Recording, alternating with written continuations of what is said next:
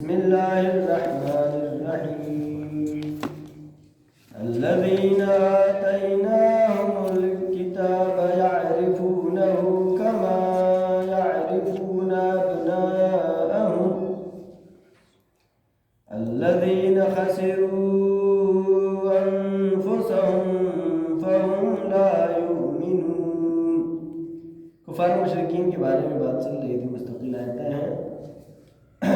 یعنی مشرکین یعنی یہود و نصارہ یہ کس طریقے سے انکار کریں. جو انکار کرنے والا نہیں ماننے والا وہ مانتا نہیں ہے، اس کی قسمت میں جہنم ہے. الذین آتیناہم الکتاب، خدا فرما رہا ہے کہ ہم نے جن کو کتاب دی، یعنی اہل کتاب جو ہے توریت کو ماننے والے، انجیل کو ماننے والے ہیں. آتیناہم الکتاب یعرفونہ، رسول کو پہچانتے ہیں. کتنا پہچانتے ہیں؟ کما یعرفون ابناءہم، جس طریقے سے اپنے بیٹوں کو، اپنے بچوں کو پہچانتے ہیں. یعنی انسان جو ہے پہچاننے میں سب سے زیادہ کس کو پہچانتا ہے؟ اپنے بچوں کو پہچانتا ہے. شوہر بیوی کے درمیان کی جان پہچان شادی کے بعد ہوتی ہے، یا بچہ چھوٹا ہے، بالکل چھوٹا ہے تو نہیں پہچانتا ہے کسی کو، لیکن ماں باپ اس کو پہچانتے ہیں. لہٰذا اتنا زیادہ یہودی اور عیسائی رسول اللہ کے صفات جو بیان ہوئے ہیں توریت میں، رسول کے صفات جو بیان ہوئے انجیل میں، ان کے ذریعے سے ان کو معلوم تھا کہ یہی رسول ہے، یہی آخری رسول ہے، جس کے لیے ہماری آسمانی کتاب نے کہا ہے کہ آخری رسول حضرت محمد مصطفیٰ صلی اللہ علیہ وسلم آنے والے ہیں. لیکن اپنی ہٹ دھرمی، اپنی ضد، اپنی دنیا طلبی کے لیے، دنیا کے لیے انہوں نے، ان کے علماء نے بات کو چھپایا اور نہیں بتایا.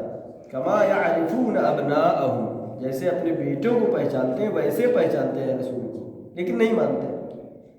الذین خسروا انفسہم، یہ وہ لوگ ہیں کہ جنہوں نے نقصان پہنچایا اپنے نفس کو، یعنی اپنا ہی نقصان کیا، کسی اور کا نقصان نہیں کیا. فہم لا یؤمنون، یہ ایمان لانے والے نہیں ہیں. یہ جو ضدی قسم کے لوگ ہیں دنیا میں، جن کے اندر دنیا رچ بس گئی ہے، وہ اپنا نقصان سمجھتے ہیں کہ اگر ہم ان کو رسول مان لیں گے تو پھر ہمارا کیا ہوگا، اور جو ہے آخری رسول کو انہوں نے نہیں مانا. تو اللہ یہاں پہ یہ بتا رہا ہے کہ بہت سی چیزیں کہ اہم نقطہ کیا ہے، جاننا کافی نہیں ہے بلکہ اس پر عمل کرنا ضروری ہے. مین پوائنٹ ہمارے لیے جو یہ ہے کہ وہ لوگ جانتے تو تھے لیکن رسول کو مانتے نہیں تھے. ہمارے یہاں بہت سی چیزیں ہم جانتے ہیں لیکن انجام نہیں دیتے. ہمیں معلوم ہے کہ نماز صبح جو ہے اس کی نافلہ 2 رکعت ہے، نماز صبح پڑھتے ہیں، نافلہ نہیں پڑھتے. معلوم ہوا کہ مغرب کی نافلہ 4 رکعت ہے، پڑھتے ہیں مغرب کی نماز، لیکن نافلہ نہیں پڑھتے ہیں. بہت سی چیزیں ہم جانتے ہیں لیکن اس کو انجام نہیں دیتے. ہم جانتے ہیں کہ غیبت کرنا گناہ ہے، پھر بھی اس کو انجام دیتے ہیں. لہذا یہ جو ہے یہاں پر علم ہونا اور عمل ہونا، علم ہونا اور اس پر عمل ہونا یہ اہم ہے. الذین خسروا انفسہم، یہ وہ ہیں جنہوں نے خود اپنا نقصان کیا ہے، اپنے نفس کا نقصان کیا ہے. فہم لا یؤمنون، یہ وہ ہیں جو ایمان لانے والے نہیں ہیں. آیت نمبر 21، وَمَنْ أَظْلَمُ مِمَّنِ افْتَرَى عَلَى اللَّهِ كَذِبًا أَوْ كَذَّبَ بِآيَاتِهِ إِنَّهُ لَا يُفْلِحُ الظَّالِمُونَ. وَمَنْ أَظْلَمُ، سب سے بڑا ظلم کیا ہے؟ ظلم. کسی نے اگر ایک جوان کو مار دیا یہ بھی ظلم ہے، ایک نوجوان کو مارا، کسی چھوٹے بچے کو مارا اور بڑا ظلم ہے. بالکل چھوٹے بچے کو کسی نے مار دیا تو یہ اور بڑا ظلم. مثال وَمَنْ أَظْلَمُ مِمَّنِ افْتَرَى، سب سے بڑا ظلم کیا ہے؟ اللہ نے بتا رہا ہے مِمَّنِ افْتَرَى عَلَى اللَّهِ كَذِبًا، جنہوں نے اللہ پر جھوٹا تہمت لگائی کہ اللہ نے یہ کہا، اللہ نے نہیں کہا پھر بھی کہا اللہ نے یہ کہا ہے.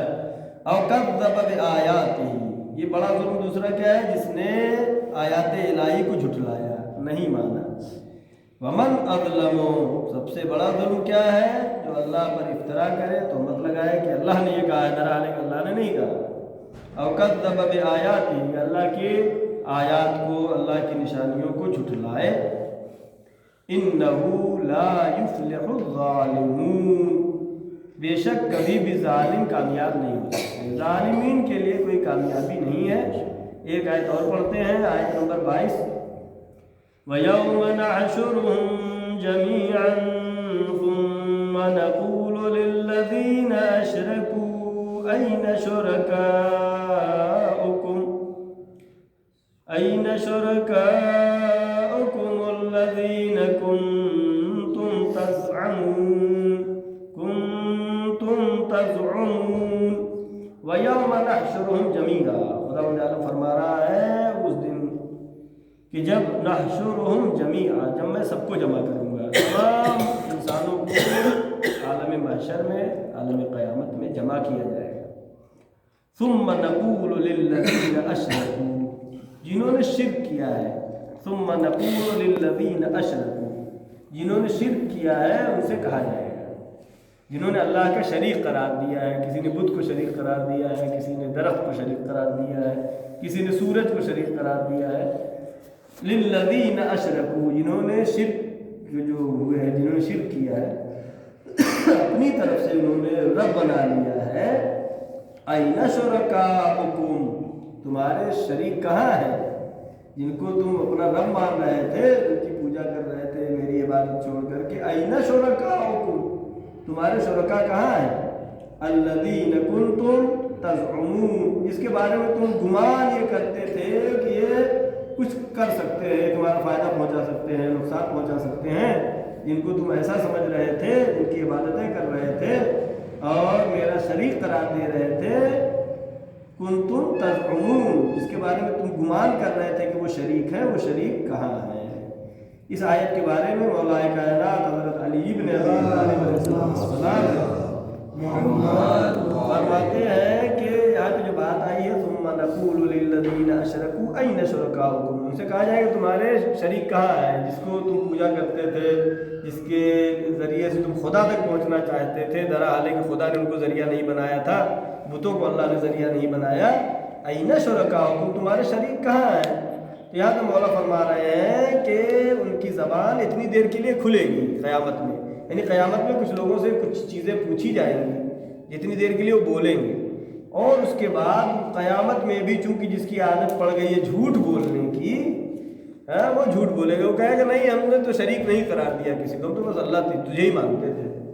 وہاں پہ بھی جھوٹ بولیں گے، جب جھوٹ بولیں گے تو حکم خدا سے ان کے منہ بند کر دیے جائیں گے، پھر وہ بول نہیں سکیں گے، ان کا آخری کلمہ ہوگا وہ جھوٹ جو دنیا میں بھی وہ بولے تھے اور آخرت میں بھی بولیں گے، اور اس کے بعد ان کو جو ہے جہنم میں ڈالا جائے گا۔ این شرکاؤکم، اللہ کہے گا تمہارے شریک کہاں ہیں جن کے اوپر بڑا تم گھمنڈ کرتے تھے، ناز کرتے تھے، فخر کرتے تھے، اور تم یہ سمجھ رہے تھے کہ ان بتوں کے ذریعے سے مجھ تک پہنچ جاؤ گے۔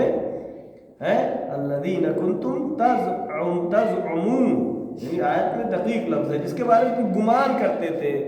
گمان کرنا اور ہے، یقین ہونا اور چیز ہے۔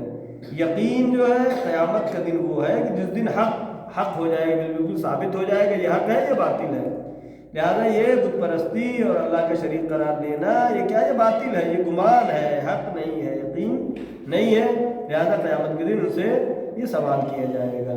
صدق اللہ العلی۔